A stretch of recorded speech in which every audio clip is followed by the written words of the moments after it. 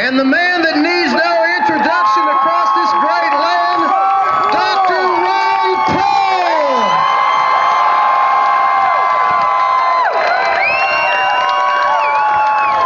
Ron Paul, revolution. Ron Paul, revolution. Ron Paul, revolution.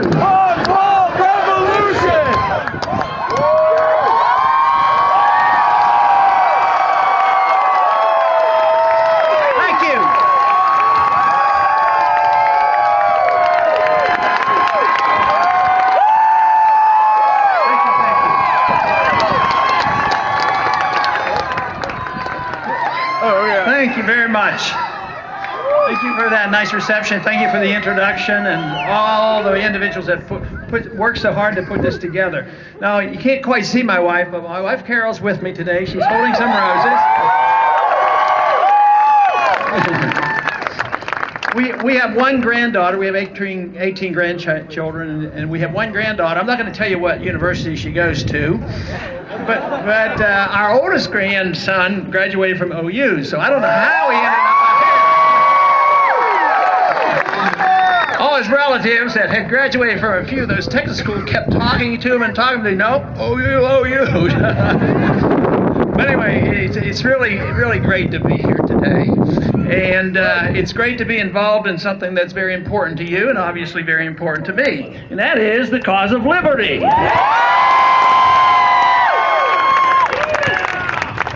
You know, the other night in the debate, they asked us to use one word, and I was so tempted because that's really the one word that is the best. The word is liberty. That's what made the country great, and that's what we're losing, and that's why we're not so great anymore, and that's why there's a revolution going on.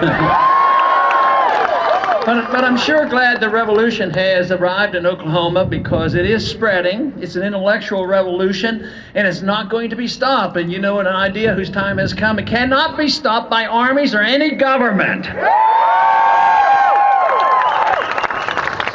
So we're really on a roll now as far as presenting our case and actually doing very well in the effort to accumulate delegates. You know the name of the game. You know, sometimes they get confused on the voting and counting the votes, but so far right now they're admitting that we are in second place with delegate count.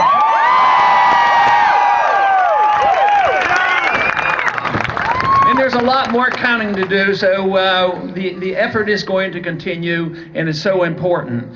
But this has been going on for a long time. I've been talking about our problems for a good while. Matter of fact, when I got involved in politics in the 1970s, I was trying to head off some of these problems. But lo and behold, the government continued to grow. If you looked at the size of government, and since I've been involved, you'd have to say I didn't do a very good job because the government keeps growing. But where we're making inroads is with you. And I tell the people wherever I go that the people are waking up, but Washington is still sound asleep, so we better let them hear our message.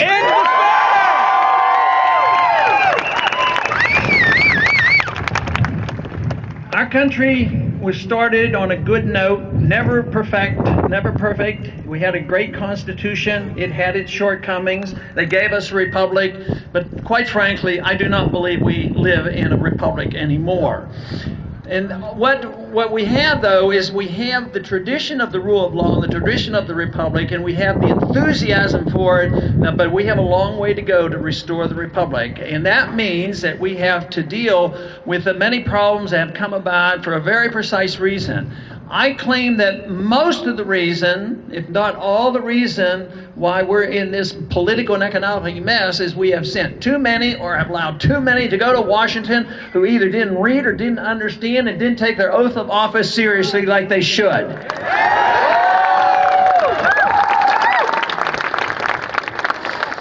But at least about 100 years ago, things changed rather drastically. The seeds were planted for the inevitable growth of big government, and that was, end the Fed! Like the 16th Amendment was a very bad move, and of course we should repeal the 16th Amendment because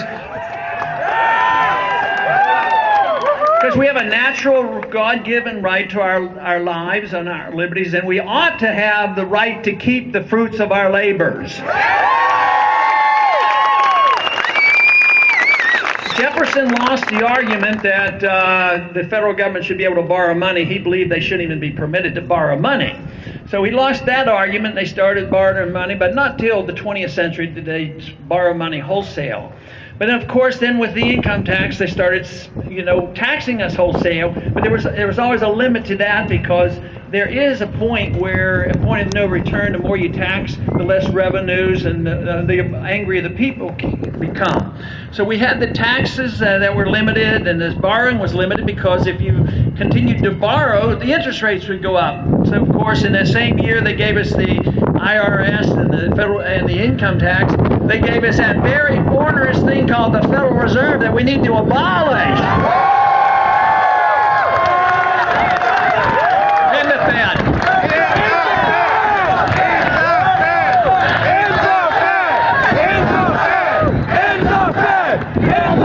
Of course, that was a guarantee that they would not end the Fed, but the Fed, would end the value of the dollar. And now, since the Fed has been in existence for 99 years, they've lost about 99% of the dollar's value from 1913. So in the next year is going to be an anniversary of sorts, the 100th year for the Federal Reserve. So we should celebrate by passing the bill that repeals the Federal Reserve Act.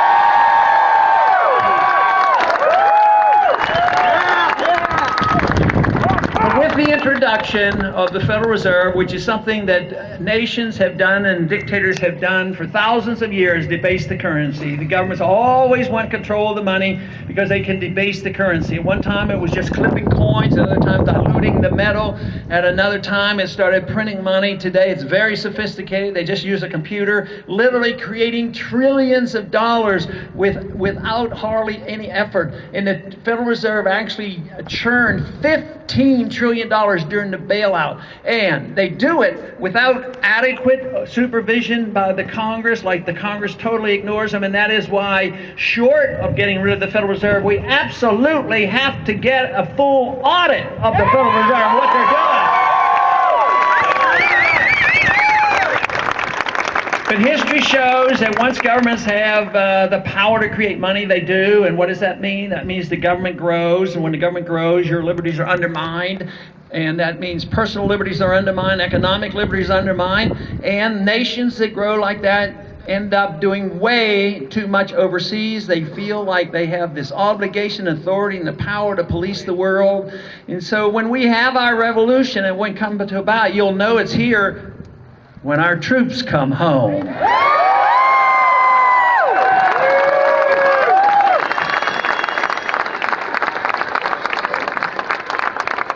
The other night I argued that they weren't listening to my moral and my constitutional arguments for not starting another war and bringing the troops home. But there's an economic argument that they must listen to, because it's a powerful argument. It's great nations who overextend themselves overseas inevitably go bankrupt, and we're in the middle of the declaration of our bankruptcy now, and that is why there's such turmoils around the world, because we have been issuing the universal currency, the reserve currency of the world. So we have to face up to that. You know, I just saw a statistic just recently that showed that the amount of debt per individual in this country is greater than the amount of debt per individual in Greece. So that tells you how serious it is, but there's still a bit of trust in the dollars. We still print the money, they still take it overseas, and there's a lot of monetary mischief, and the central banks collude, and everybody has a stake in it, because those who hold our dollars, even the Chinese, they're holding trillions of dollars, they have a stake at it, because if there's a run on the dollar, they all suffer.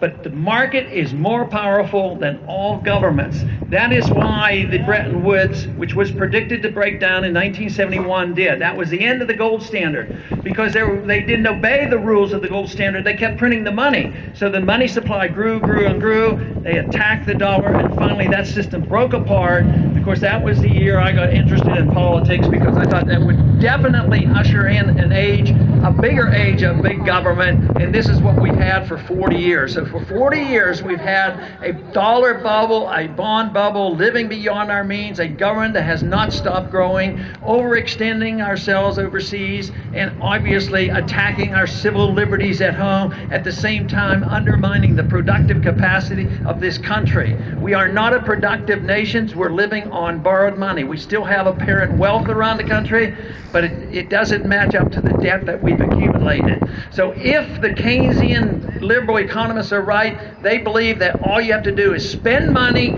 don't save money, spend money, borrow money, and print money, and you'll get yourself out of a recession or depression. So it's obvious that it doesn't work, and there is a great test going on right now between those of us who believe in sound money and free markets and individual liberty, minding our own business, a sensible foreign policy, and those who believe we're supposed to be the policemen of the world and deficits don't matter and the welfare state will last forever. I believe we can win this argument, and we'll win it soon.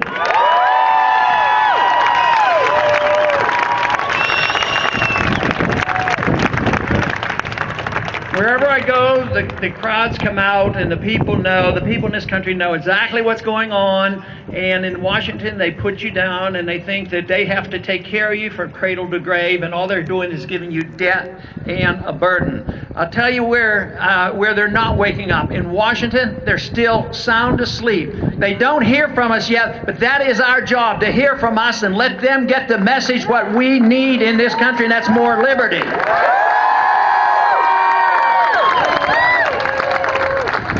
You know, one thing that inevitably occurs as government grows, you can't grow government. The government assumes this responsibility to improve our behavior. If they think the government can protect us from against ourselves, it inevitably leads to a dictatorship and control of everything we do. Generally in this country, we accept the notion that our government's not supposed to interfere with our religious value. You know, arguing the case for our hereafter and our eternity is pretty precious for a lot of people, but the government's supposed to stay out of it. The government's supposed to stay out of the business of telling us what books to read. But why is it that we have been so complacent for 100 years accepting the notion that the government can tell us every single thing that we can do with our own bodies? And that is what we have to reject.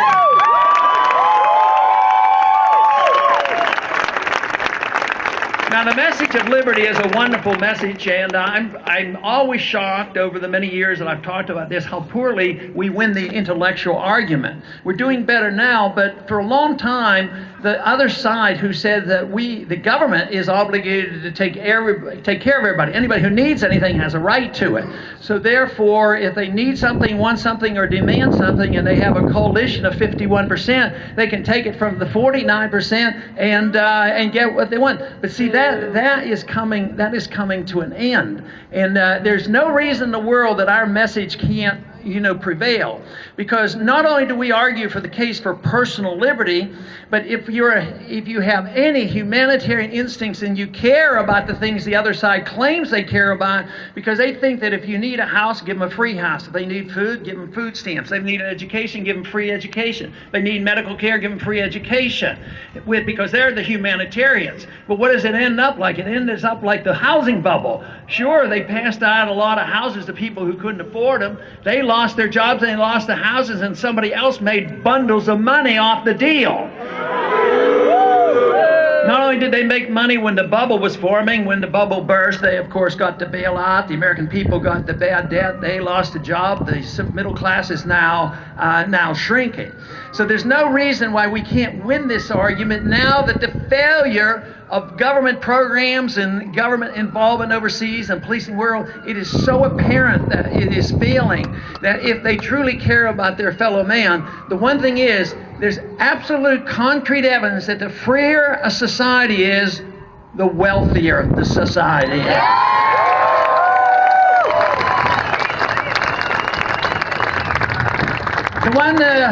The one thing, too, that is so wonderful about the message is it brings people together.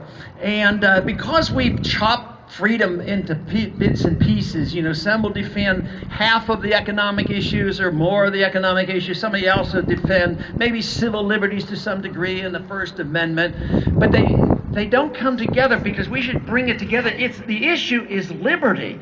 And if you bring liberty together and you have a natural right to it, you don't even ask what you're going to, the other people who accept the principle, you don't ask them, what are you going to do with your liberty? That's like saying, well, if you get a job and work, I'm not going to ask you how you're going to spend your money, but you're obligated to spend it wisely and take care of yourself, and you can't, depend on others if you don't do a good job.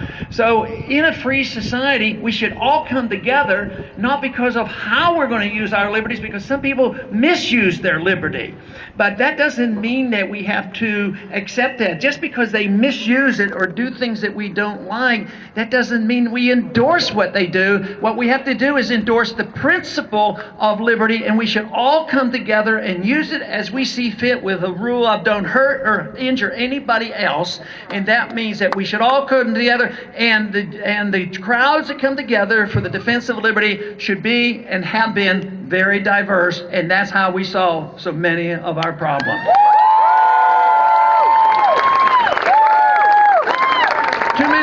Too many others have assumed that our certain freedoms and privileges come because we belong to a particular group. I don't buy into that. I think it's absolutely wrong to have punished, as this country has punished certain groups because they were denied because they belong to that group. But the answer to it isn't giving people privileges because they belong to a group. Everything has to be individual, and we have to treat everybody equal. We have to have equal justice under the law for each and every individual. And I've had a lot of complaints. I think you all know that I'm not exactly a fan of the drug war. I think the drug war has cost us $3 or $4 trillion in the last 40 to 50 years. And guess what? There's still a lot of bad drugs out there. There's a lot of addictions. I don't like the idea of saying drug addiction is a crime. It should be treated as alcohol and treated as a disease. But the bigger problem in this country when it's misuse of drugs, believe it or not, it's prescription drugs are a bigger problem than the illegal drugs. But the drug war has been used to undermine our civil liberties. There's been too many SWAT teams busting into houses they shouldn't be busting into, too many people, innocent people dying, and it has been as an excuse to invade our privacy. And this is the reason that we have to look at that whole issue of who's supposed to protect us against ourselves. We teach our children about the dangers, automobiles and fires and all the other things. We should have that responsibility as well. If I thought for a minute, though, that they had a perfect society and nobody was inclined to misuse drugs and do all the problems that come, it'd be a little harder. It's sort of like the economic argument. They don't create perfect economic conditions, but they don't create better moral behavior either. That comes from within the family and the community and the church, not from the federal government bearing down on us.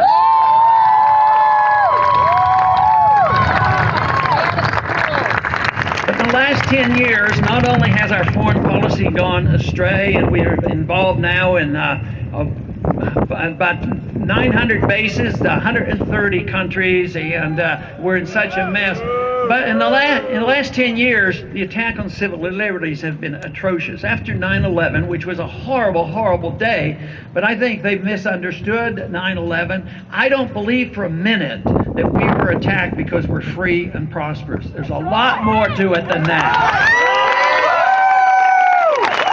But guess who was attacked immediately after? Yes, we went over in Afghanistan and got involved in wars that had nothing to do with 9/11, and it took 10 years to find that one ringleader and get rid of him.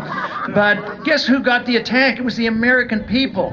The American people got attacked by the passage of that very onerous Patriot Act that needs repeal.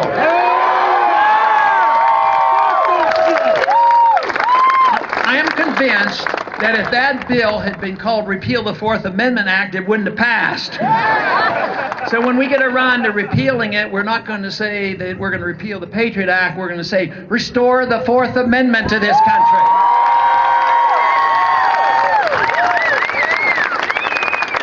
It's sad, but our attack on our liberties, the foreign policy, the monetary policy, and the welfare state, tragically has been too much bipartisan. I'd like to say that the party that I'm running in is the savior and is going to produce it, but that isn't going to be the answer, because our problems have been bipartisan too long. Matter of fact, sometimes the people say, well, Ron, you can't do it because you won't compromise. Well, there's been way too much compromise in Washington between the two parties coming together, spending the money and going into these wars. So, but what else has happened? The president assumes that he's a king. He's decided that by edict, because he's the commander-in-chief, that he has the authority under certain circumstances that he can assassinate an American citizen. And he's done it to prove this point. He's done it 3 times. And where has been the outcry? I hear it from the crowds. But just think, we've had how many debates? It depends on how you count. I think it's about 22 if you count every single one of them. That issue never comes up. About civil liberties, the protection of privacy, assassinations, all these things, totally ignored. They do not bring this up at all. Though, but also the federal, the Congress hasn't done much good in stopping it. They don't resist what the president does. Matter of fact, in December, they delivered to the president the National Defense Authorization Act. The president celebrated the new year, but January 1st, he signed the bill. And of course, that is the bill that gives the president explicit authority that he can use the U.S. military to violate posse comitatus to arrest American citizens. In secret, put away in secret prisons, denied an attorney, and kept indefinitely. That is not what America should be all about, and we need to change it.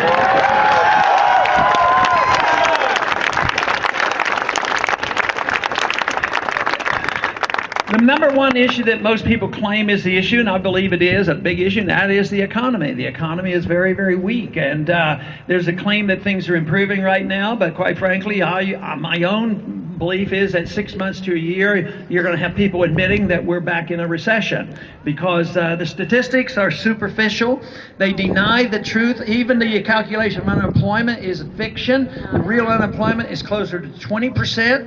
The real inflation rate, Bernanke says he can only steal 2% of your money per year, the value of your money, and he still thinks that's moral. But it's much more than that. The free market economists that use the old calculation of CPI, we're losing the value of our currency at 6%, and it's bound to get a lot worse. Just think of what's happening now with energy prices, and gasoline prices are going up. So that is a result of the inflation. A lot of people say, well, Bernanke will argue that, well, there's no inflation because he measures the CPI and then he fudges on the CPI. But the inflation is when they increase the money supply and distort the interest rate and distort the investments. And we have plenty of that. One of the consequences will be the prices going up. Educational costs going up, medical care costs going up, energy prices going up, housing prices going up, NASDAQ prices going up. Then they have to have a correction. So the real problem is this whole idea that you can do central economic planning by the Federal Reserve System. Just think about money. Money is 50% of every transaction because we measure everything. All our wages and prices, everything else, are measured by dollars, and they have total control over the dollars. But it's political control, it's special interest control, it protects the very wealthy, and a characteristic of the destruction of money. When governments come in and dilute the value of money, it inevitably takes wealth from the middle class and moves it to the wealthy class. I have nothing against wealthy people who earn their living honestly by providing good goods and services.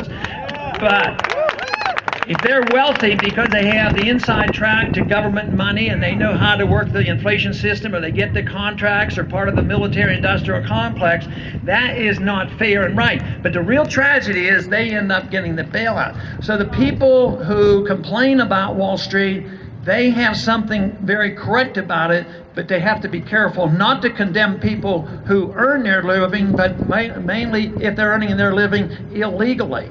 But it is true, the transfer of wealth occurs, and now our middle class is shrinking. It's smaller now. We had the largest middle class ever in the history of mankind, and the wealthiest. And though we didn't have a perfect society, we certainly had one that was something to brag about. But people argue the case, well, America is, an exceptional nation. And we certainly have a history that reveals a lot of exceptionalism, and we do have exceptional values. But the one thing is those who use this argument about exceptionalism say that we are so exceptional, we are so perfect, and we know everything, that we ought to go and force ourselves on everybody else around the world to live like we do. And that's what's wrong. That's not exceptional. But if we restore the republic, get a good, healthy economy, have some money, defend property rights, and have a foreign policy that defends this country and not to police the world, and we set a good example where there's a lot of prosperity, more than any other country have, why wouldn't that be the best way to spread our message, by setting a standard?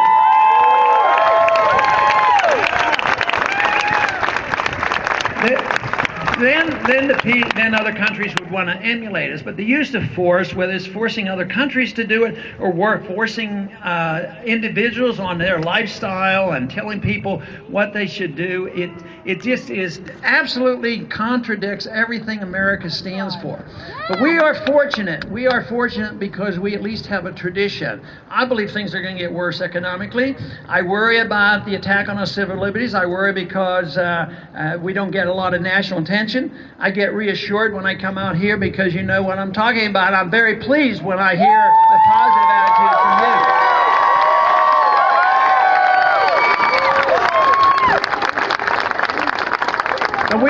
But we have to realize that, when push comes to shove, it could be a tough struggle. And that is why it's ideological, and it's not one party. When the revolution comes, and it's ideas of ideological revolution, it will be bipartisan. I remember very clearly back in 1971 when Nixon got us the gold standard and did all those things. He said, well, we're all Keynesians now, and he was right. Republicans were no longer fighting for free markets. They all joined the Keynesian liberalism, inflationism, and Federal Reserve System type of programs. But when we replace that, it has to be pervasive. We have to have people come together from all parties. And this is the reason that I really am optimistic, because so many places where I go and the crowds are large, a lot of time people will come, but sometimes I even ask, there could be even some Democrats here. How do we know? But sometimes they'll whisper to me as they go out, I'm a Democrat, I'm a Democrat, but I'm going to register Republican to vote for you. I said,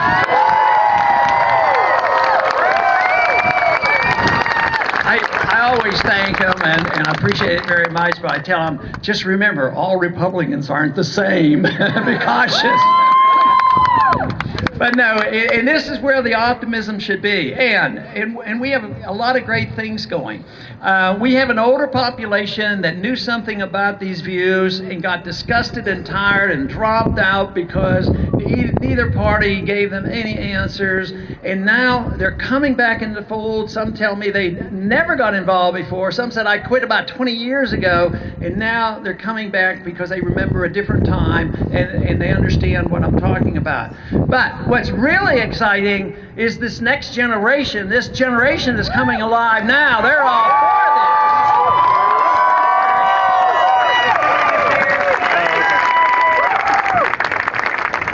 Of course, there's a lot of stories written about that. Why should those young kids and young people be concerned? I said, well, their minds haven't been clouded up with a lot of stuff yet. They still have an open mind. They're idealistic. So, but it is great. I appreciate that very much. But I think it's coming together. It's bipartisan. It's ecumenical. But it is the key to it is like I explained. The key is freedom. But not be judgmental on how you use your freedom. That should bring everybody together for that issue alone.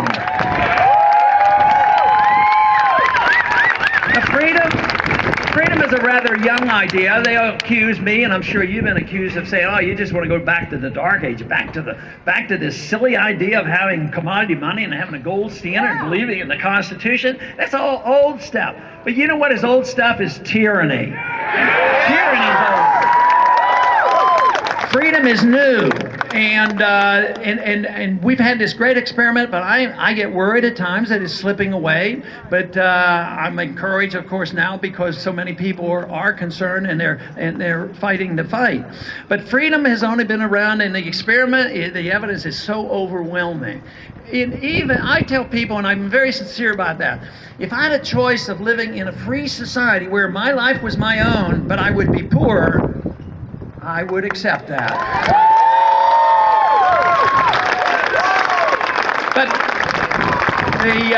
But the great thing is, the freer society, that doesn't happen. You know, we get a twofer. We get our freedom and we get our prosperity. But what happened, I think, as we got wealthier after the Industrial Revolution, the material abundance was so immense that people were so pleased with it. That's what they concentrated on, and they got the government involved in helping to redistribute, and more people wanted more, and less people were concerned about the principles of liberty. But that's what's happening today. That's what the revolution is all about, is dealing with the principles of liberty, what made America great, and we will win this fight. Thank you very much.